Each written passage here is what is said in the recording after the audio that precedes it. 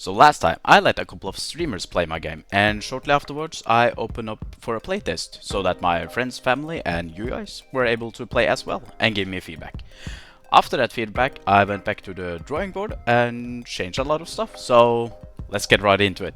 So this is the playtest I put out on Steam. If you haven't played it, or if you played it and didn't understand it, I'm gonna just quickly run through how the setup was.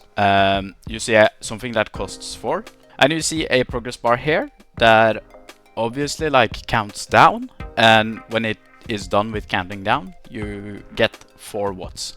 And you will see that added here. These were the generator level, and this is the progress for getting to a higher level. I could now decide to spend 4 watts to, boom, get a charge. It's not communicated what's happening. Like, you see this number increase, and maybe you notice that this one has increased as well. So yeah, but that was that button. This button down here was to speed up the progress, and once its progress here is 100, you can upgrade. Woo! This is fine. I was overall happy with it. It was confusing to a lot of you guys, which I understand. Some of it comes with like a tutorial. Right now I just dropped in, there is no information, so I kinda asked for it. But ideally you do design something that the player understands, at least after interacting with it. Like, this was weird. It was some of the feedback, like the active element. Once I reach 1 kilowatts, I would be able to go over here, and what I just did was, I think I did the power. Yeah, I think so.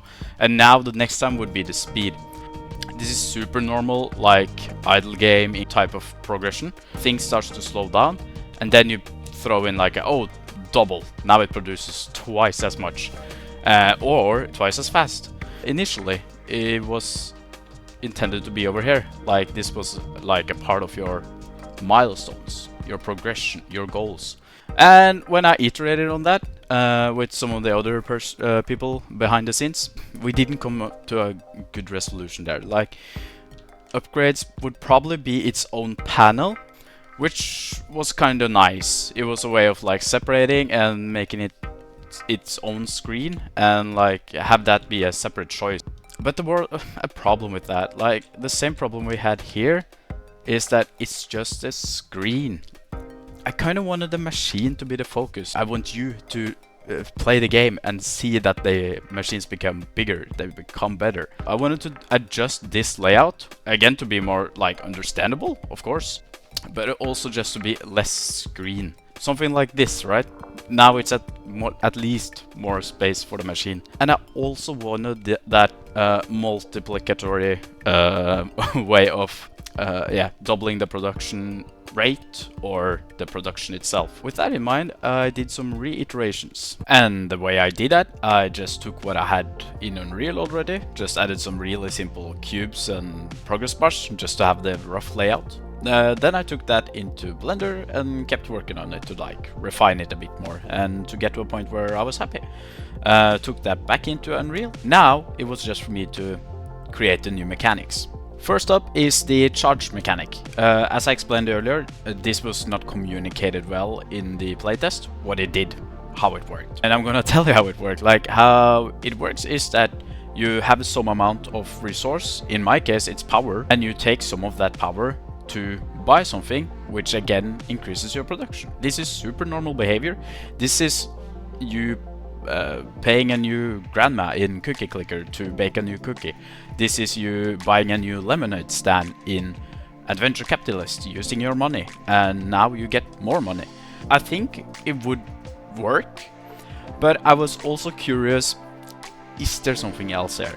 And so I did some changes to it. I wanted to experiment and see if this could be an improvement. If maybe it feels weirder or maybe it feels better.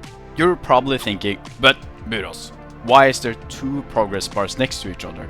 And that, my friend, is because the way you will get charges now is different from before. You are no longer going to buy your charges, you are just telling the machine to charge itself.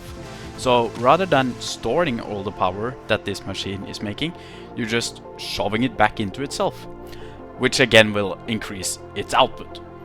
I can of course only speak for myself, and this is up to like you guys and a playtest to the public to decide, but to me this one just feels better. So the biggest change here is the charge mechanic and how it works, and I have of course also added the buttons I talked about earlier, so you can now multiply your power and your production rate.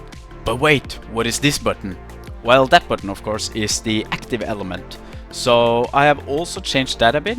Once you click this button, you start to fill up the progress bar, but the progress bar itself declines. And what's gonna happen is that as long as you have something in this progress bar, the production rate will be twice as fast.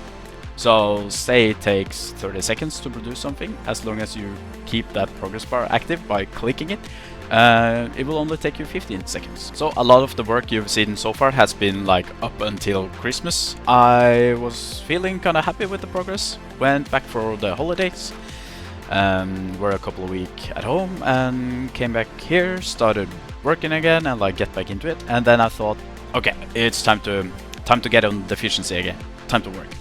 And so I booted it up and I hit play and nothing.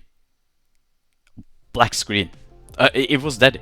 And I was like, okay, it crashed. Weird. Hit play again and it crashed. And I was like, what's going on? Because I was so happy with the things I did before Christmas, and I was like, I'm pretty sure I didn't leave on a crash. I'm pretty sure I didn't like rage quit on a crash. I'm pretty sure everything was working and that I was just happy. So I just had to do a lot of debugging, and before spoiling the solution here, let me just ask you guys, if you were to figure out how to calculate offline time, how would you do it? Because it sounds simple, doesn't it? Like, say you have like a production rate a second, so you earn 10 watts a second, and the next time you log online, you just see, oh, we've been offline for 10,000 seconds. Okay, so you take that 10,000 seconds and multiply it with what you produce a second. Done. It is actually that simple. Here's the problem. Do you remember the new mechanic I explained? The charge mechanic? Yeah, well, that logic doesn't work there. Because what if you do produce 3-4 times and now you're leveled up, like it got a charge? What's gonna happen now is that the next charge cost is higher and the amount you produce is also higher. When implementing the new mechanic and making sure that that would work offline as well, we did something clever, or at least we thought it was clever at the time. We don't produce each second, like we produce an amount after a certain amount of time, right? So say for instance 5 seconds. We made it so that when you boot up, we just calculated how many production cycles we did, and then we just run through all of the cycles.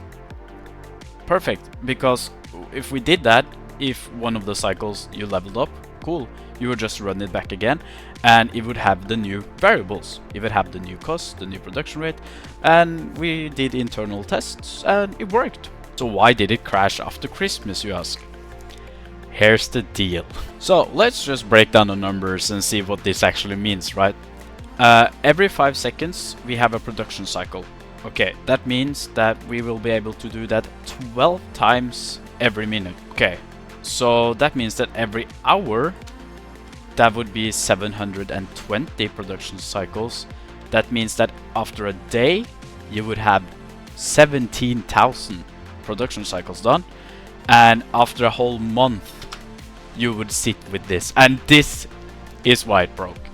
This is what I told it to do. The absolutely first frame when I hit play, it's gonna run into this logic and say, oh yeah, we produced one time and another and another and another and another, and it's doing that 518,000 times. That's why it broke. But okay, how do we fix it? And I didn't actually know right off the bat, so I went to my therapist, also known as ChatGPT, told him about all my problems, and were actually able to figure something out from there. So initially I just started talking about, hey, I'm making this idle game. However, it flags an infinite loop when I've tried to boot it, and yeah, how can I do the logic without looping?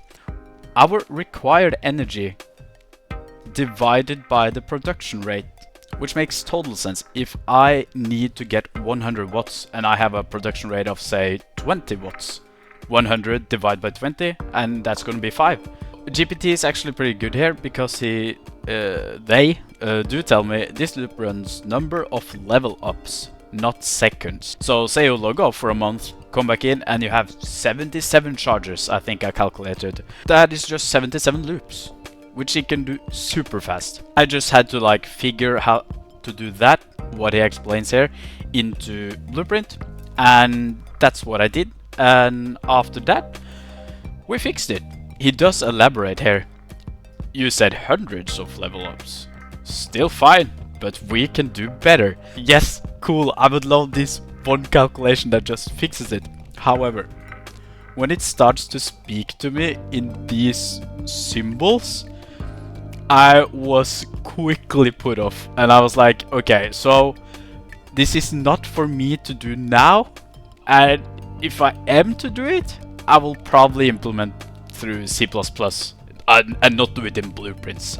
So the issue were fixed. We are on a much better logic now, although not perfect, but we can live with that kind of logic for a really long time at least. Just to put it in perspective, here's a quick representation of what 77 loops looks like compared to 518,400 cycles, which is fun to see, and it's also an insane reduction of like, well, I think it was 99.985% or something. That's it.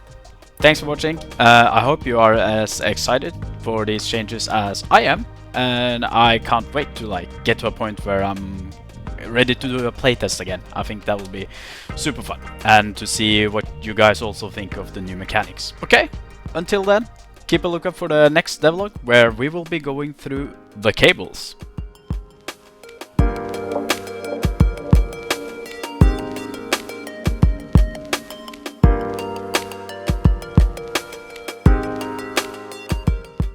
Other than that, I have added the other stuff I just talked about earlier.